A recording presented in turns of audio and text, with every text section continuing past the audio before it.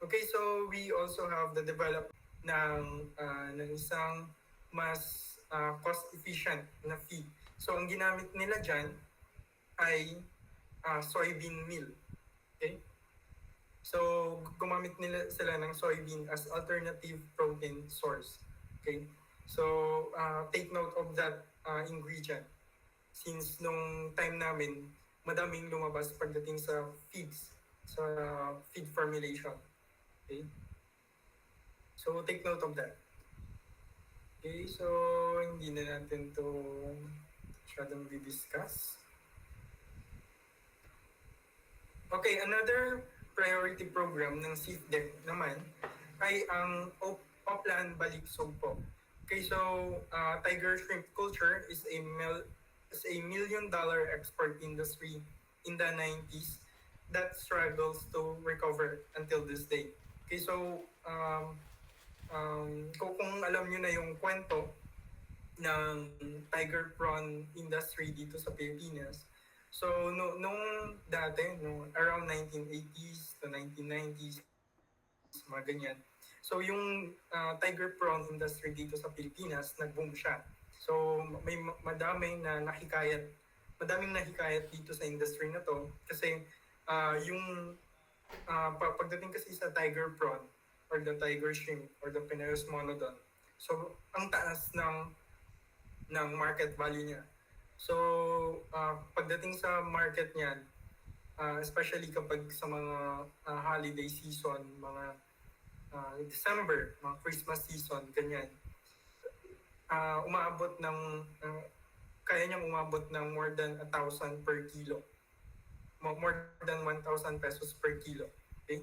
So, from that fact, noong 1980s to 1990s, mga ganong taon, madaming nahikayat na mag-venture into tiger prawn culture.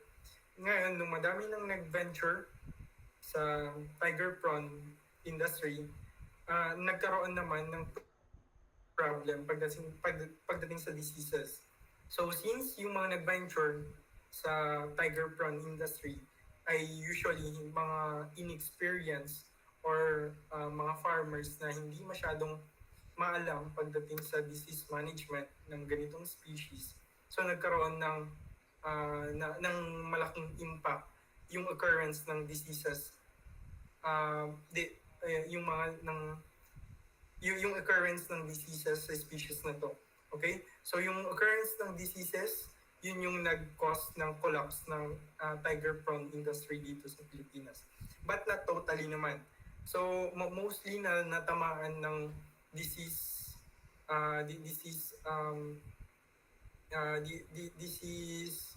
outbreak na yun or disease problem ay yung mga farms na nagpa-practice ng intensive culture. But sinasabi na yung mga nag-practice ng extensive culture, sila yung nag-save or sila yung natira sa dito sa tiger prawn industry dito sa Pilipinas. So hindi naman totally na wipe out yung tiger prawn industry dito sa Pilipinas. Okay? So but until today, may mga problems pa rin associated with diseases kapag pinag-usapan ang intensive culture ng Penaeus monodon. So mostly na culture system na ginagamit talaga dito ay extensive pa rin because of the presence of diseases when it comes to intensive culture of this species. Okay, so yun yung gustong ibalik ng government, particularly ng CFDEC AQD. Yung mapataas ulit or ma-revive yung tiger prawn industry into its former glory. Ganun. Okay, so here are the solutions na proposed under the Oplan Balik Sugpo. Nandyan yung promotion of eco-friendly strategies and effective biosecurity. Okay, so take note of this effective biosecurity. So also the production of high-quality shrimp larvae. Okay, so we also have the CVID seaweed development program. Okay, so alam naman natin na pagdating sa seaweeds, it is one of the major aquaculture species or one of the major commodities ng Pilipinas. So, palaging ano yan, nangunguna si seaweeds. So, this is also uh, a program under BFAR. So, gusto pa nilang matulungan yung mga farmers natin when it comes to the production of seaweeds dito sa Pilipinas. Okay, so seaweed farming in the Philippines. So seaweeds are one of the most economically important fishery products which comprise 60 to 70% of the total aquaculture production. Okay, so pagdating dito sa seaweeds, take note of the important details dito kasi according to previous takers and also nung time namin, isa ito sa mga topic na hindi talaga daw nawawala. Which was also proven by us. Kasi nung time namin, madami din talagang lumabas pagdating sa seaweeds. Okay, so United States of America, People's Republic of China, Spain, Russia, and Belgium are among the major markets for Philippine seaweed products. Okay, so take note of those countries. So, ayan. Hindi na natin,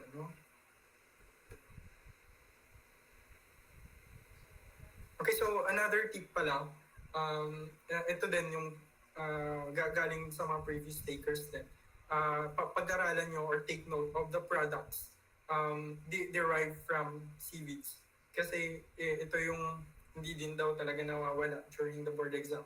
So take note of those products derived from seaweeds. For example, yung sa agar, yung carrageenan, alginate, agarose, and other products pa. Okay, so the BARM remains to be the chief producing region with a total harvest of 0.7 million metric tons or equivalently 48% of the country's seaweed output in 2020. Okay, so sumusunod sa BARM is Region 4B and then Region 9. Okay, so take note of these provinces or these regions when it comes to the production of seaweeds. Okay? Okay, so ito yung ito yung figure or ito yung graph pagdating sa share of each region pagdating sa seaweed farming. So, ayan nga, nangunguna si BARM or ARM, and then followed by Mimaropa and Zamboanga Peninsula. Okay? So, pagdating naman sa provincial level, Tawi-Tawi ang nangunguna dyan sa sa production ng seaweeds. Okay? So other major seaweed producing provinces are Sulu, Maguindanao, Zamboanga, Sibugay, and Antique. And also Palawan pala. So Palawan ranks second, supplying 22% to the 2020 production. Okay? So another tip pagdating dito sa mga production, gano'n. So mostly naman hindi natin makakabisado yung mga values dito. But kahit hindi nyo makabisado yung values, so kunin nyo na lang yung gist or yung main idea behind that behind those values. Parang yun nga, basta malaman nyo lang na si Tawi-Tawi yung top spot or top producing province na pagdating sa seaweed production. And then Palawan yung second. Ganun lang yung ginagawin nyo. Kasi nung sa akin din naman, hindi ko naman talaga kinabisado lahat ng values. But ang kinabisado ko talaga yung pattern ng information na madaling matandaan. Kasi sa sobrang dami ng i-review nyo, mas sobrang hirap kapag ang gagawin nyo ay memorization. But di ba nga sinasabi nila na understand the concept but do not memorize too much, parang ganun. But which is true naman, but still para sa akin, memorization is also important din naman. Kasi may mga information na kailangan din naman i-memorize. But still, dapat mas ma-develop nyo dito yung critical thinking nyo. Okay? Okay, so let's proceed. So dito naman tayo sa aquaculture environment na. So doon nga sa sinasabi ko kanina, under the introduction to aquaculture, ito na yung pangalawang parang subtopic, which is the aquaculture environment. Okay, so dito, pagdating sa freshwater, ang palagi nyo lang tatandaan dito ay yung salinity niya ay 0 to 0.5 parts per thousand. And then sa brackish water, yung salinity niya ay less than 30 parts per thousand or PPT. And then sa marine water ay around 35 parts per thousand yung average niya. So kapag sinabing 35 parts per thousand, ang ibig sabihin niya in every liter of seawater, there are about 35 grams of dissolved salts. Okay, so ganun din pagdating sa freshwater, kapag sinabing 0.5 PPT, ibig sabihin 0.5 grams of dissolved salts dun sa every liter of fresh water. Okay, so kung titignan nyo yung definitions nitong 3 aquaculture environment na to sa internet, makita nyo na may mga variations pagdating sa mga values. But itong nilagay ko na values dito ay from a certain Fisheries Administrative Order. Medyo hindi ko na matandaan kung anong particular or specific FAO yun. But pagdating sa mga ganito na parang may mga variations pagdating sa values or confusing information, stick to the law. Kapag naka-encounter kayo ng ganito, tignan nyo kung ano yung sinasabi ng law. Kasi of course, kapag sinabing law, yan na yung sinusunod talaga natin. Okay? So, ganun yung isang technique na ginawa ko nung nagre-review ako. Nag-stick ako pagdating sa law. Kung ano yung sinasabi sa law, yun yung sinundan ko. Okay? So, most of the total fish produced by the country in 2015 is from the aquaculture sector, which accounted for 2.35 million tons, or 51% of the total, valued at 1.85 billion US dollars.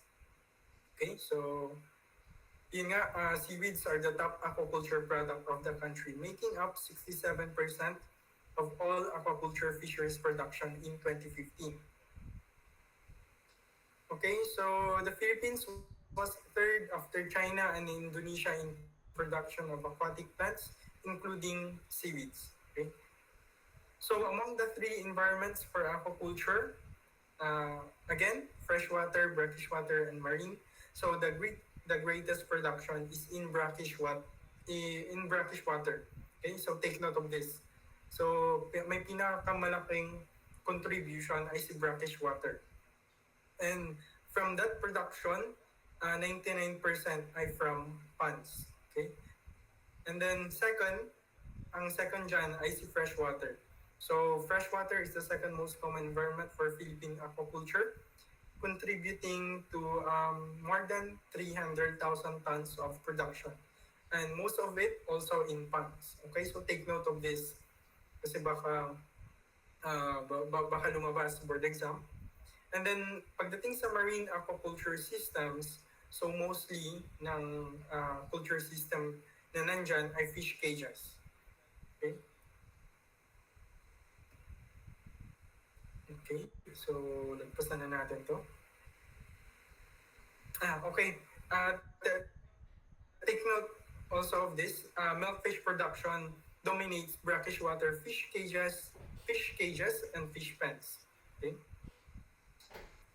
And then pagdating naman sa freshwater production or the freshwater fish ponds, so tilapia production ang nangunguna.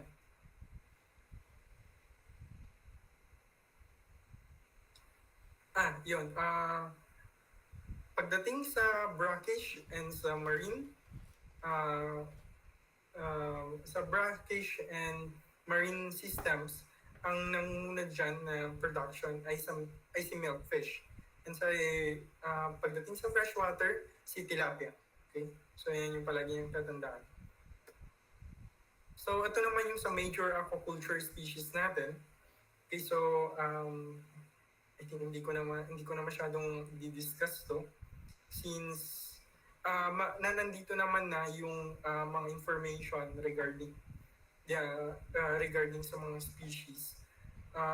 But ang gusto kong ano nyo dito, ang gusto kong gawin nyo, may mga nilagay kasi akong supplemental videos dito na dun sa mga supplemental videos na yon, pagdating ng board exam, sila yung sobrang nakatulong sa akin pagdating sa aquaculture. Kasi alam naman natin na most of us ay hindi masyadong immersed pagdating sa sa culture ng different aquaculture species. But through these videos, we can see the culture in the perspective of the farmer. So mas maintindihan natin kung paano sila kinukulture, kung ano yung mga requirements na kailangan i-consider. Ganun. So, ayun nga, pagdating ng board exam, nakakatuwa na yung mga napanood ko from these videos, yun yung mga lumabas doon sa mga ibang questions. Okay? So, nung board exam, I think yun na yung naging one of my advantages din. Kasi yun nga, mas na-appreciate ko yung tanong because of these videos. Okay, so I highly encourage you na panoorin itong mga videos na to. So, kasi kung papanoorin pa natin and then pag-aaralan pa natin isa-isa, medyo kukulangin na tayo ng oras since konti lang yung oras natin ngayon. Okay? So, ayun, hindi ko na masyadong i-discuss to since nandito naman na and you can just read these informations. So, medyo i-skim lang natin siya. So, dito, take note of this. So, pagdating sa seaweeds kasi, may tinatawag na tambalang variety. So, itong tambalang variety na to, nung una, yun nga, tinatawag siyang tambalang. But later, it was recognized as a totally different species and genus from Eucuma. So it was named the Capaphycus alvarezi or alvarezi in honor of Mr. Vicente Alvarez, a biologist of the BFAR Research Division. Okay, so Capaphycus alvarezi or alvarezi, yan kasi yung one of the most common seaweed species na nababanggit palagi pagdating sa seaweeds. So take note of the origin of the Capaphycus alvarezi or alvarezi. So baka kasi matanong yan. Okay, so ito, I think hindi naman na.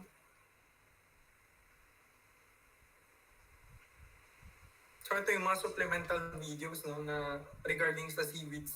So in-skim ko na or tinignan ko na yung mga videos na pwedeng maging highly or will be of great help sa inyo pagdating sa review nyo. So ito na yung mga videos na yun.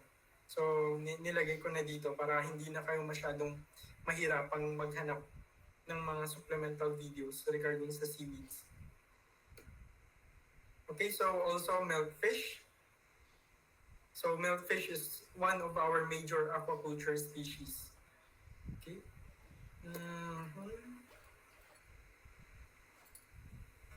Dito. Pagdating dito sa mga major aquaculture species natin, so I want you to take note of the major production areas. Okay, so pagdating kay milkfish, ang major or top milkfish producing region natin ay Region 1. So it has the most abundant harvest of milkfish. So majority from marine fish cages and brackish water fish ponds. This was followed by Region 6 and then Region 3. Okay? So ito yung mga production. Ito yung production or the milkfish production by culture, environment, and region.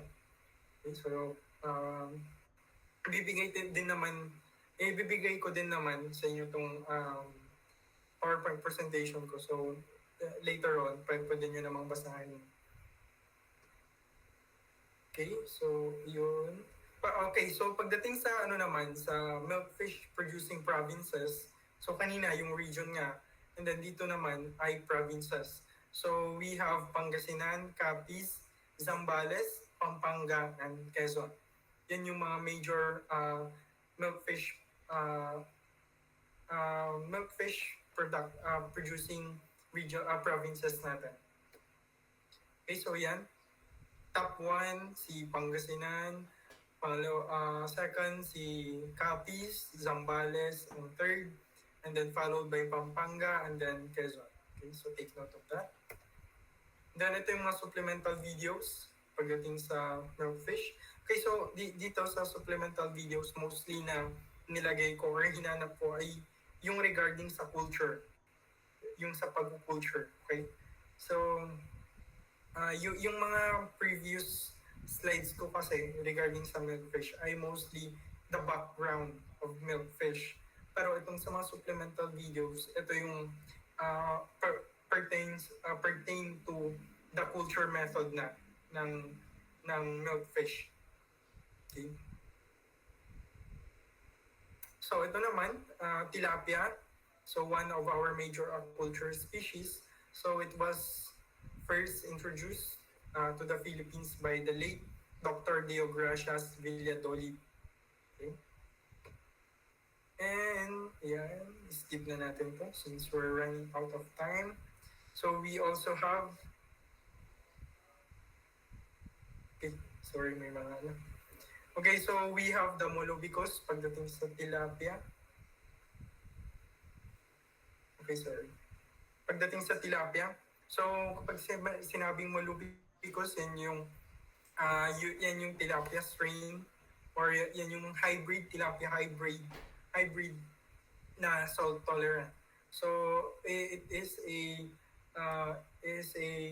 hybrid from the crossbreeding program between Oreochromis niloticus and Oreochromis mozambicus. Okay, so take note of that.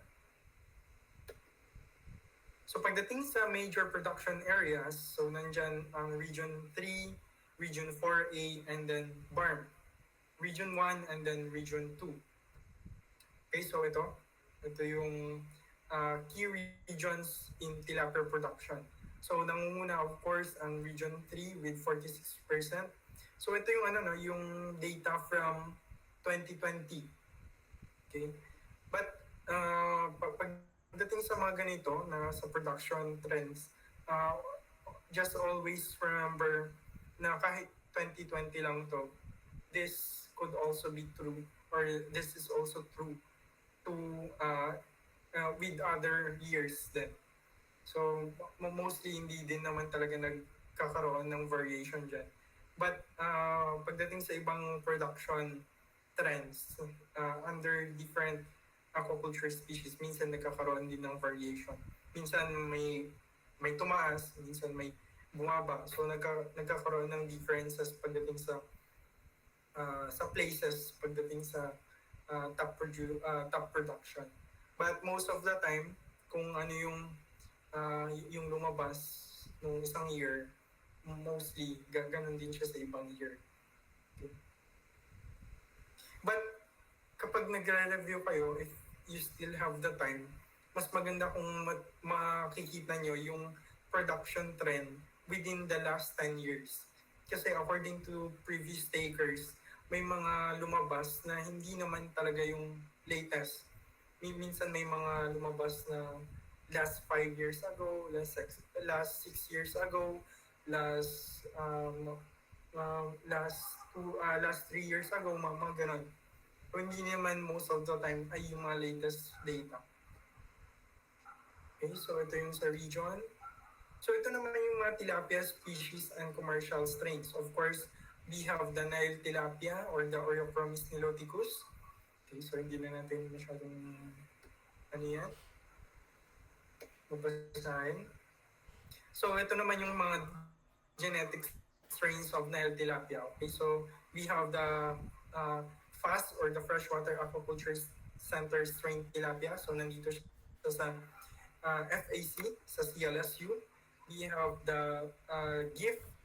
So it was from the Bureau of Fisheries and Aquatic Resources. And then the YY Super Male Tilapia dito din sa FAC CLSU nang galing.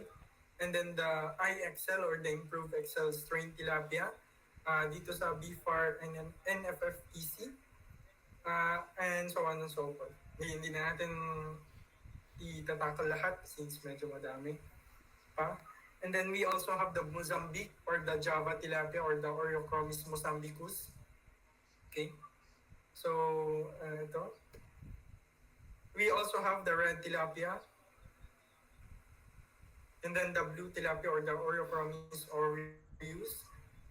So, itong sa C. Oreochromis aureus, mostly ay nasa cold areas siya or dun sa colder waters. Doon siya mas nagtatrive. Okay? So, dito, sabi nila may blue tilapia dati dito sa CLSU, dito sa FAC. But according to Dr. Vera Cruz, may nawala na yung species na to dito kasi yun nga, one of the requirement talaga niya ay yung colder waters. So, hindi na siya na-maintain. Okay, so ito yung black chin or the Sauropterodon melanotheron. So, this is currently one of the invasive fish species dito sa Pilipinas. Okay, so ang nagiging problema dito, nagiging competitor siya ng mga aquaculture species natin, especially ng bangus. Okay, so doon sa amin sa Pangasinan, makita mo talaga itong mga tilapyang to or itong mga tinatawag nating mulmol or gloriang tilapia na nakipag-agawan talaga sa feeds ng bangus and ng mga malaga kapag nagpapakain. Okay, so because of this tilapia species, so some of the farmers sa Pangasinan, sinasabi nila na mas nagkakaroon sila ng mataas na feed conversion ratio. And again, kapag mataas ang feed conversion ratio, yun ay hindi maganda. Ibig sabihin, hindi masyadong efficient yung conversion ng feeds into flesh. Okay? So ito yung mga supplemental videos. Okay, so we also have the prawns.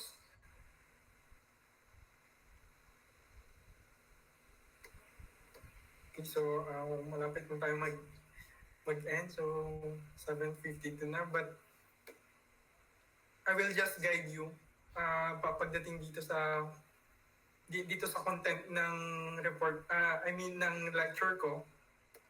Okay, so ganun lang yung ginawa ko dito. So nilagay ko yung background information ng aquaculture species ng aquaculture species and then yung major production areas and then yung sa supplemental videos. Okay, so medyo skip ko na to. Skip ko na yung iba. But I hope basahin nyo na lang to. Itong mga nilagay ko. So kahit hindi ko siya ma-discuss sa inyo, but at least mabasa nyo and mapanood nyo itong mga videos.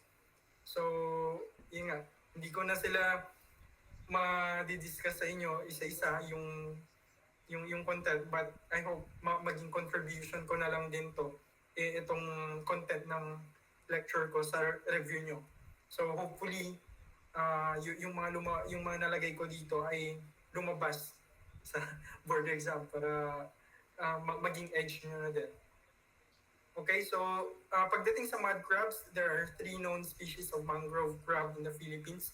So these are the Scylla serrata, Scylla tranquebarica, Scylla olivacea, and yung sa Scylla paramamosane. So hindi ito nakikita or wala to sa Pilipinas but usually found in countries like Indonesia and Vietnam.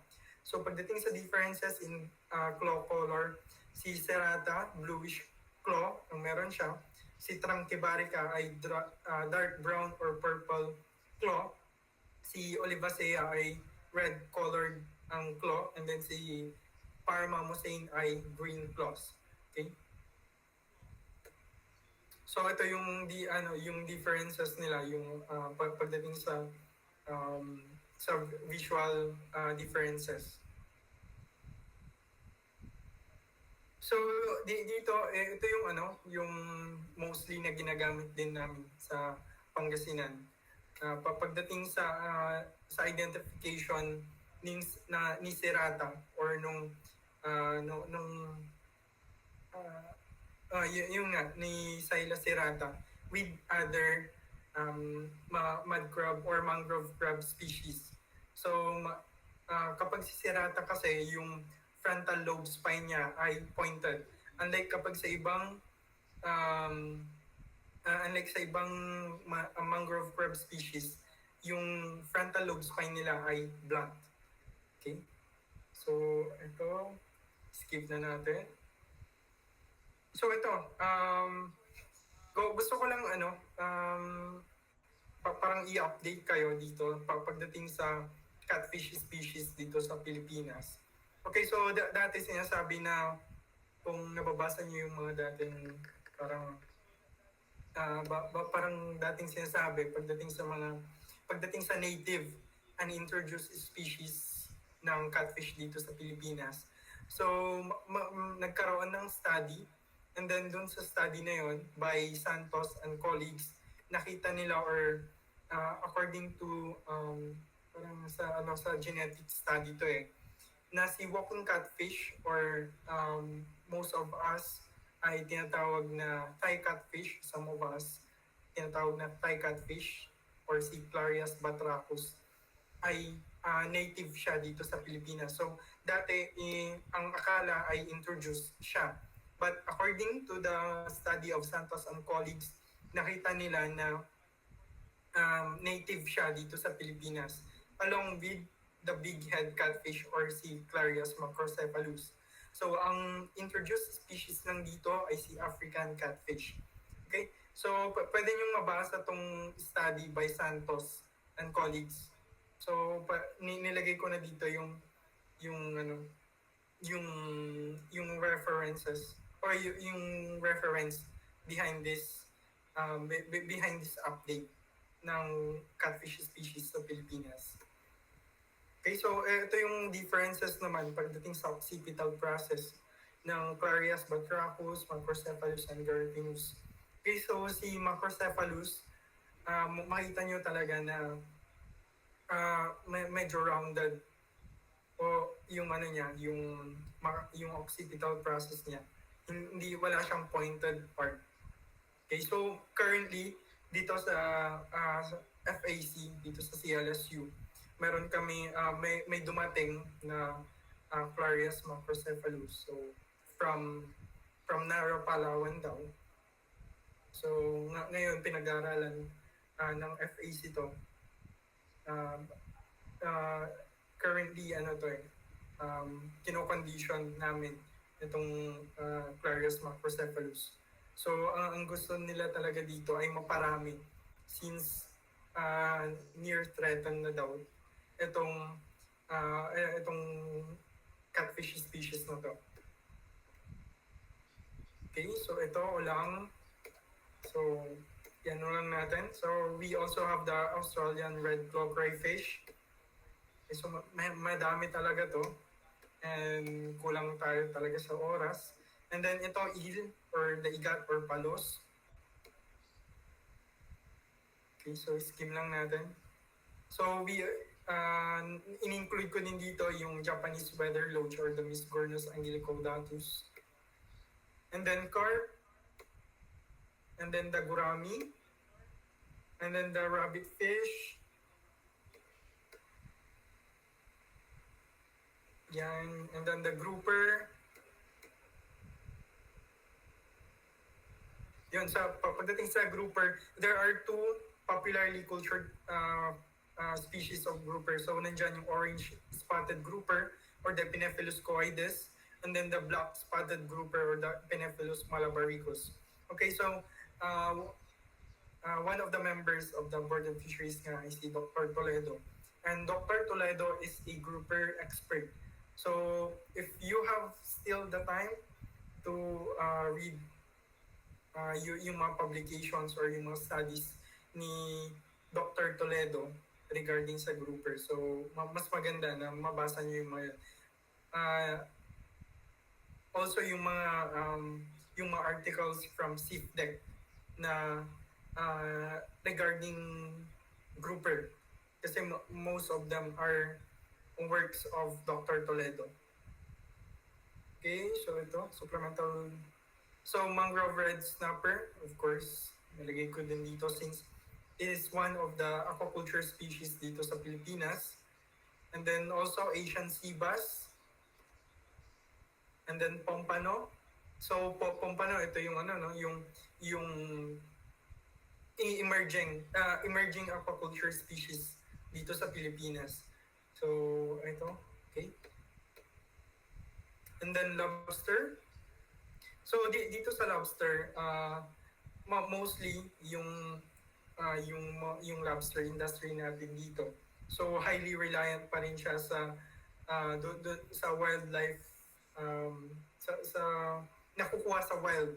So kapag may nakuha na lobster, na maliliit na lobster from traps or mga nakukuha ng mga divers, so yung mga maliliit na yon kinukuha and then nilalagay muna sa fish pens or fish cages, tapos doon muna sila kinukulture. Okay? But ngayon nagkaroon ng study si CIFDEC na gumamit sila nitong sleeper lobster as alternative doon sa spiny lobster na i-culture. Since sinasabi na itong si sleeper lobster mas maikli yung culture period niya compared with spiny lobsters. Mas matagal kasi si spiny lobster na i-culture compared to sleeper lobster. Okay, so take note of the scientific names of this aquaculture species. Okay, so we also have the abalone. So Haleutis asinina is the most popular cultured species of abalone or abalone. Okay, so we also have the sea cucumber and then the ornamental fishes. Okay, so nandito yung production ng ornamental fishes. And then nilagay ko din dito yung summary of aquaculture species. So be familiar with kung saan sila pwedeng culture. Okay? Just for example, si mangrove red snapper. So pwede siyang i-culture sa freshwater, brackish water, and marine. So kaya niya i-tolerate yung mababang salinity or those salinity na under freshwater. Okay, so ayan. So ito naman yung mga environmental issues. Okay, so one tip pagdating dito sa environmental issues. Kapag may mga nabigay na questions na regarding dito sa mga environmental issues. Okay, so ang palagi nyo lang tatandaan na kapag pumipili kayo ng answers pagdating sa ganitong mga questions, always consider those choices na ang goal nila or yung meaning nila ay to conserve, to protect, and to preserve the culture environment. So always be mindful or take note or tignan nyo palagi yung mga choices na yun na nag-revolve around those motives or around those ideas. Okay, so dito sa environment and fisheries laws related to aquaculture, so hindi ko naman na masyadong i-discuss to or hindi ko na i-discuss since si Attorney Jerry naman ay one of your lecturers and I believe mas ma-explain niya to ng mas maganda sa inyo but in the perspective or a of a aquaculturist or aquaculture technician. So ito yung mga environment and fisheries laws na kailangan malaman nyo because some of you, after passing the board exam, of course, yung iba sa inyo, mapupunta sa different government agencies and then you will serve as one of the consultants, of course, pagdating sa mga aquaculture projects and other aquaculture-related activities. And pagdating sa mga activities na yun, yung mga laws na to, sila yung dapat yung palaging i-consider sa implementation ng mga activities na yun. Okay, so nandyan si RA 8550. Okay, so hindi na natin i-discuss, but yun nga, ibibigay ko din naman sa inyo itong PowerPoint presentation na to. And then of course, the RA 10654. Okay, so itong content nito, hindi ko nilagay lahat ng content ng mga laws na to, but only those that are related to aquaculture lang. Okay? So, ito din, mabilisan lang. Nice. Okay. So, ito kay 9275. Okay, so nilagay ko na din dito kung bakit related siya sa aquaculture. Though hindi siya directly na related talaga sa aquaculture, but may parts siya or may section siya na regarding sa aquaculture. Okay, so yan.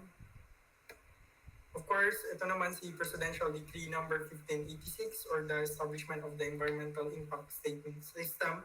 So ang ano lang dito, yung mga aquaculture activities or projects ay hindi sila pwedeng mag-start without having this environmental impact statement system or environmental impact statement na paper or document. Okay, so ito. So ito naman yung sa mga fisheries administrative orders, no? So nakita ko dun sa schedule nyo, may magdi-discuss din naman sa inyo to ng mga fauna to. But yung mga nilagay ko dito sa lecture ko ay those that are only related to aquaculture. So specifically ito yung mga laws. Okay, so kayo na lang magbasa nito. Itong mga laws na so since 8:06 na and medyo lumagpas na tayo dun sa allotted time natin. So papasensya na kayo kung hindi ko na madi-discuss talaga to. Itong mga laws na to. But I hope maging contribution ka na lang din talaga to. Itong content ng lecture ko sa review nyo. And hopefully maging malaking tulong to sa pag-review nyo kahit sa aquaculture lang. Okay, so with that, I will just end my lecture with that. With that, since baka pagod na din tayo yung iba sa inyo. Okay, so thank you so much for listening and sorry na din doon sa mga hindi ko talaga na-discuss. Papasensya na. But I hope you still learn a lot from this discussion. Okay, thank you so much po na binibigay na. So, tinignan ko kung ano yung kulang doon. And then, nung may mga nakita akong kulang, saka ako nag-refer doon sa ibang review materials. So, ganun yung ginawa ko to ensure na mas malawak pa yung masakop ng review ko. Hindi lang ako ma-isolate doon sa review material na binibigay ng mga mentors namin ng review program. Okay? So, another tip din na gusto kong i-emphasize ay yung development nyo or yung mastery nyo when it comes to elimination method. But elimination method is not really the secret. So behind elimination method kasi there is still a more important aspect na kailangan nyo i-consider, and that is to enhance or to improve your the foundation of your knowledge. Kasi hindi nyo magagamit sa elimination method kung yung foundation ng knowledge nyo ay mahina or hindi ganun ka-solid. So, to improve your foundation or to solidify your knowledge, dapat magbasa kayo ng magbasa. So, siguro sa inyo, madaming busy due to siguro sa mga trabaho sa bahay, and siguro sa inyo, may mga nag-work, especially those that are working student. But wag niyong hayaan sana na lumipas yung isang araw na hindi kayo makapagbasa.